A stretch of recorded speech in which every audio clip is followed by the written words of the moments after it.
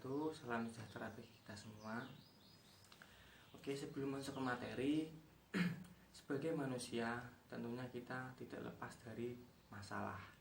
Karena tidak ada hidup yang lurus, begitu mulus. Pasti akan ada masalah datang, kemudian selesai, datang lagi, selesai, mencari solusi dan lain sebagainya. Karena manusia akan belajar dari suatu masalah dengan disimpulkan untuk menjadikannya hidup lebih baik.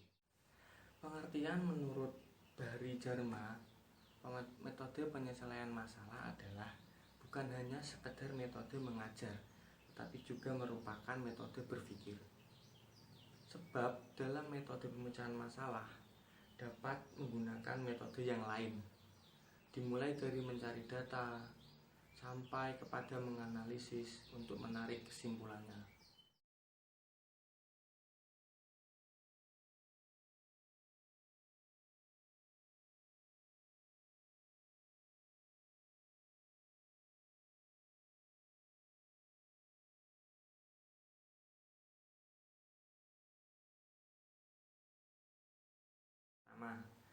Mengandung isu-isu yang berisi konflik bias dari berita, rekaman video, atau dan lainnya.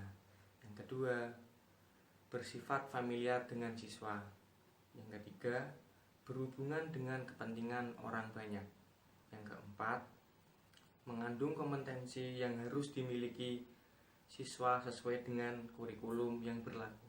Dan kemudian yang terakhir, yang kelima, sesuai dengan minat siswa agar siswa itu merasa perlu untuk mempelajarinya.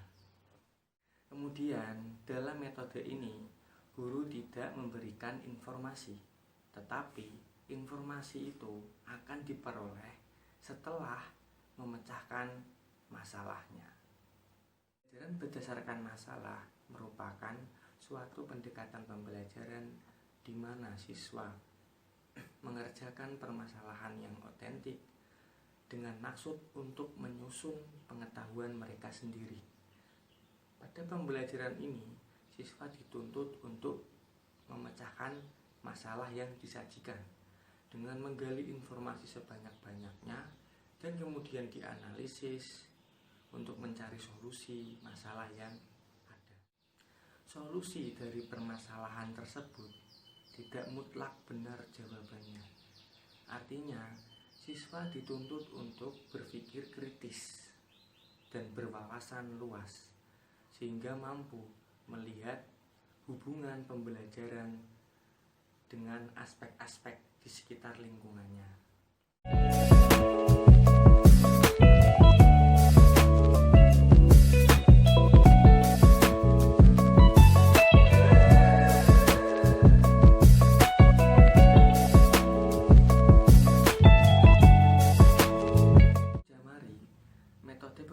Masalah memiliki manfaat. Ada 4 manfaat dalam mempelajari metode pemecahan masalah. Yang pertama, mengembangkan sikap keterampilan siswa dalam memecahkan masalah. Yang kedua, mengembangkan kemampuan berpikir, karena kemampuan berpikir akan lahir dengan adanya pengetahuan yang bertambah. Yang ketiga, kemampuan berpikir tadi diproses dalam situasi keadaan yang dihayati, diminati siswa, serta dalam berbagai macam ragam alternatif. Kemudian yang terakhir, yang keempat, membina pengembangan sikap, perasaan ingin tahu lebih jauh, dan berpikir objektif mandiri, krisis analisis, baik secara individu maupun secara kelompok.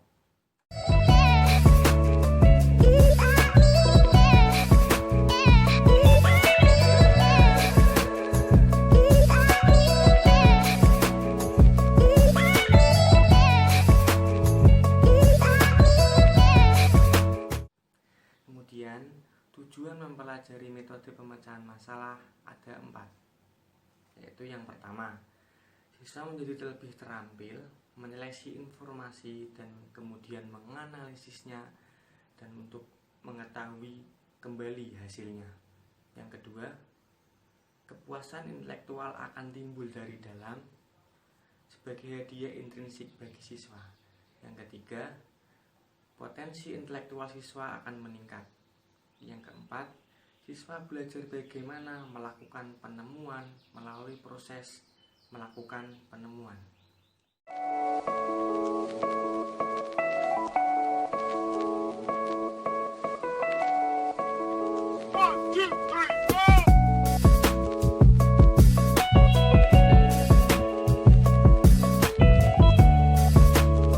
Kemudian langkah-langkah untuk metode pembelajaran pemecahan masalah terbagi menjadi 5, yaitu yang pertama, merumuskan masalah. Kemampuan yang diperlukan dalam merumuskan masalah adalah mengetahui dan merumuskan masalah. Yang kedua, menelaah masalah. Kemampuan yang diperlukan dalam menelaah masalah adalah menganalisis masalah dari berbagai sudut. Yang ketiga, mengelompokkan data sebagai bahan pembuktian hipotesis. Yang keempat, pembuktian hipotesis. Kemampuan dalam pembuktian hipotesis yang diperlukan adalah kecakapan menelaah dan membahas data yang telah terkumpul. Kemudian yang terakhir, menentukan pilihan pemecahan masalah dan keputusan. Dalam langkah yang terakhir ini, kemampuan yang dibutuhkan adalah kemampuan alternatif pemecahan masalah dan keterampilan untuk mengambil keputusan.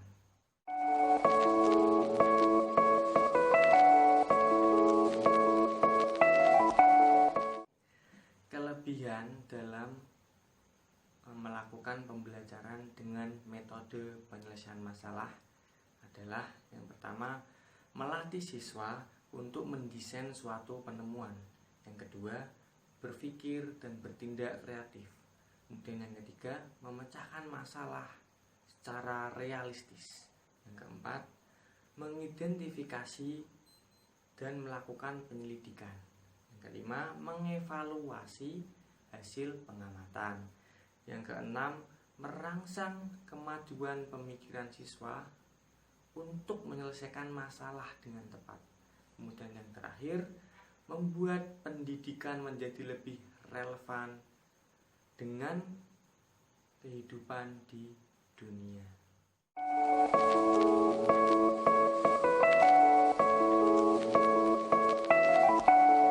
Kemudian, kelemahan dalam metode pembelajaran pemecahan masalah adalah keterbatasan alat-alat laboratorium atau fasilitas yang ada. Kemudian, alokasi waktu dalam metode pembelajaran pemecahan masalah akan lebih lama dibandingkan dengan metode pembelajaran yang lainnya.